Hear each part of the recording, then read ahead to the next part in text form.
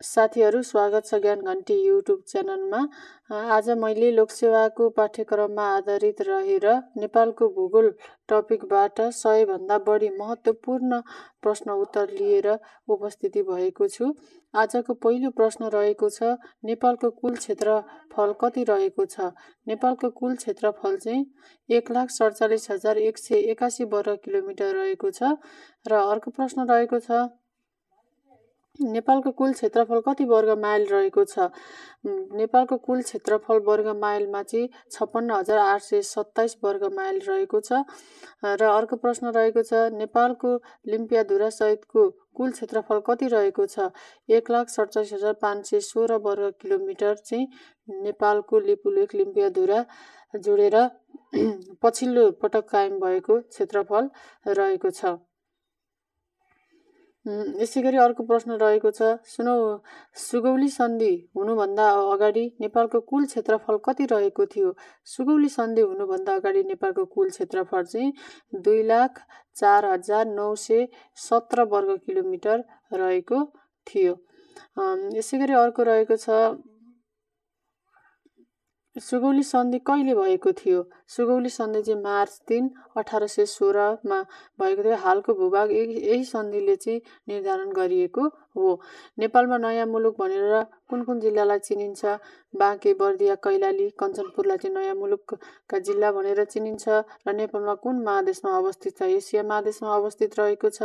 नेपालले विश्वको कति प्रतिशत भूभाग ओगटेको छ? 0.03% भूभाग ओगटेको छ भने नेपालले एसियाको कति प्रतिशत भूभाग ओगटेको छ? 0.3% भूभाग चाहिँ ओगटेको छ। यसैगरी अर्को प्रश्न रहेको छ, नेपालले दक्षिण एसियाको कति प्रतिशत भूभाग ओगटेको छ? 2.87% ओगटेको छ। नेपाल कति डिग्री अक्षांशमा अवस्थित रहेको छ?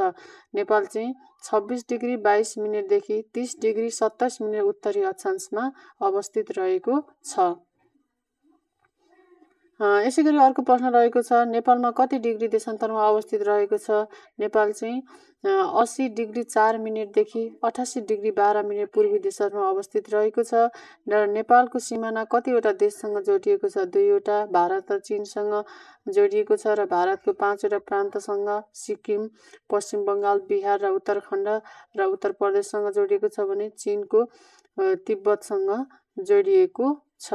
एउटा नेपाल चाहिँ भूपरिवेष्टित राष्ट्र पनि हो। नेपालको पूर्व पश्चिम लम्बाइ कति किलोमिटर रहेको छ? नेपालको पूर्व पश्चिम लम्बाइ 885 किलोमिटर रहेको छ। नेपालको उत्तर दक्षिण चौडाइ औसतमा कति किलोमिटर रहेको छ? 193 किलोमिटर रहेको छ भने नेपालको उत्तर दक्षिण चौडाइ बढीमा कति रहेको छ त? बढीमा चाहिँ 241 किलोमिटर रहेको छ भने नेपालको उत्तर दक्षिण चौडाइ घटीमा चाहिँ 145 किलोमिटर रहेको छ। र नेपालको भारतसँग जोडिएका सिमाना कति किलोमिटर रहेको छ? 1690 किलोमिटर चाहिँ नेपाल भारतसँग जोडिएको सिमाना रहेको छ। र यसैगरी अर्को प्रश्न रहेको छ, नेपालको चीनसँग सिमाना कति किलोमिटर जोडिएको छ?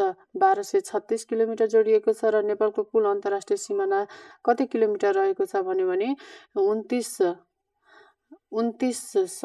2926 किलोमिटर रहेको छ। र नेपालको प्रामाणिक समय कुन हिमाललाई आधार मानि निर्धारण गरिएको छ? नेपालको प्रामाणिक समय चाहिँ गौरीशङ्कर हिमाललाई 46 डिग्री 15 मिनेट पूर्वी देशलाई आधार मानि निर्धारण गरिएको छ। गौरीशङ्कर हिमाल कुन जिल्लामा पर्दछ? गौरीशङ्कर हिमाल दोलखा जिल्लामा पर्दछ। गौरीशङ्कर हिमाल कुन हिम श्रृङ्खलामा पर्दछ? गौरीशङ्कर हिमाल चाहिँ रोलबालिङ हिम श्रृङ्खलामा पर्दछ। यसैगरी अर्को प्रश्न रहेको छ, काठमाडौँमा कति डिग्री अक्षांश देशान्तरमा अवस्थित रहेको छ?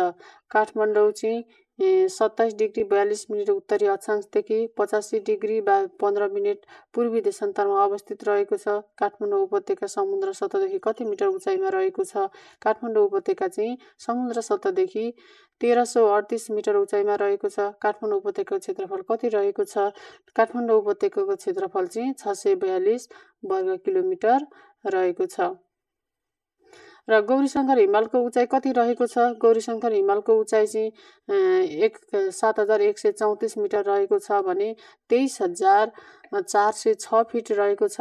फिटमा चाहिँ र गौरीशङ्कर हिमाल नेपालको कतिौं अग्लो हिमाल हो? 11औं हिमाल हो। नेपालमा प्रामाणिक समय कहिलेदेखि लागू भएको हो? नेपालमा प्रामाणिक समय चाहिँ 2042 साल वैशाख 1 गतेबाट लागू भएको हो र क्षेत्रफलको आधारमा नेपाल विश्वको कतिौं सानो मुलुक हो?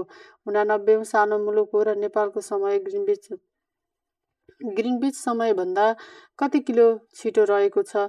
5 घण्टा 45 मिनेट छिटो रहेको छ। साथीहरू, यहाँलाई कस्तो लाग्यो यो भिडियोले? केही त यहाँहरूको थप सहायता मिलेको छ लोकसेवा तयारीलाई भन्ने मैले अपेक्षा राखेको छु। आजलाई यति नै गर्छु। धन्यवाद।